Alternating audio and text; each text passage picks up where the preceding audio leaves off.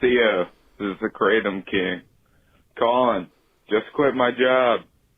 Don't have another job lined up. Kratom King calling in. Kratom is that thing. It's kind of a bootleg drug, kind of. Mm-hmm. Is this Chin? Did Chin quit King and the Sting? I don't know. That's a good call. He's the first person I ever heard doing a lot of Kratom. Was he really? Mm-hmm. He's still on it. Wow. He looks the same. I guess he looks. Yeah, he looks. I mean, he could be on it. I guess you can't tell when people are on it. I guess. Mm-hmm. Fucking trying to get into like other things. The only thing I was wondering, what are some moments that you have had to just sort of like push you to your edge and you had to do something different? When did you know that it was time for a change? Yeah, man. Thanks for the call, brother. I think you got to be working. You know, you always have to be working. I think. You know, I used to live with a fella a friend of mine for a while, and his dad used to eat Tostitos and stuff at night, and he wouldn't, ever really talk to us and stuff, and he played tennis a lot, but he said you have to have a job. You got to be working. So the rest of your stuff, you can kind of figure that out. You can decide within that world of having some sort of occupation, what you want to do.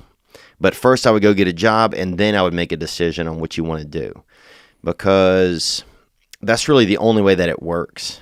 You can't really do it the other way, because then you're just not doing shit. You're just kind of thinking about doing stuff. And you'll feel better, too, once you have a job. Once you start showing up for a little bit of time, a little bit of commitment to work and having to do stuff, you're going to feel a little bit more, like, you'll just feel a little more inspired. So I feel like that's what I'll do. You think that's what he's talking about? Yeah, I just kind of agree. It was probably a bad move to impulsively quit your job without something else lined up. Although, ironically, I did that when I moved out here. You did? Yeah, I just kind of quit and moved out here. Where were you working at? It was called Meister MMA. It was a guy, he imported sporting goods from overseas, and then he branded them as his own mixed martial arts equipment. That's actually when I got into mixed martial arts, because I would sell to gyms and stuff. And it was cool, but it was just low ceiling. I was this guy's first employee. He started a business. He's killing it. If you go on Amazon, you search hand wraps, that Meister MMA is the #1 thing that comes up. There, he crushes. And so I did a lot of shipping, and then also cold calling to gyms, because we would wholesale. So it was cool. I really liked it, but it was just I don't know. I went to college for 4 years, and it just didn't seem like a future. I would always be this guy's number 2, whereas I don't think he was he was more motivated to have a lifestyle brand, where he had something just going, and he could kind of live his life. He wasn't trying to grow some huge conglomerate. So yeah, so it was a ceiling for you. Yeah. Yeah, I think, man, you got to get into a place where at least you have a ceiling first, and then find a different avenue. I mean, or if you want to chase a dream, I think that's fine, but you just have to be doing it. Mm-hmm. So I think, when do you get to a place where you kind of met your edge? Well,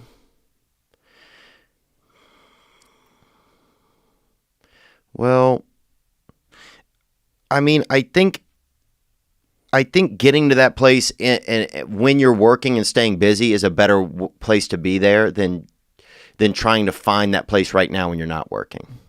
One thing I did when I was working at the job, and I was just searching for something I was really passionate about, I got a job at Acme Comedy Club in Minneapolis on nights. I mean, it paid minimum wage. You were just doorman, but I did meet people kind of in the industry that I still now will cross paths with, and that wasn't an immediate future. I wasn't going to go with Acme, but I went towards my passion kind of, and then I didn't notice at the time. It didn't lead to something directly, but now, because I did that back in the day, it has helped going forward.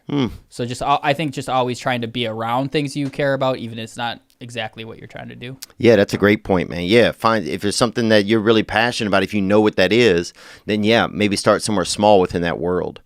You can definitely get somewhere big within that world, Sometimes it just, getting close to the world. He could work at a head shop that sells Kratom.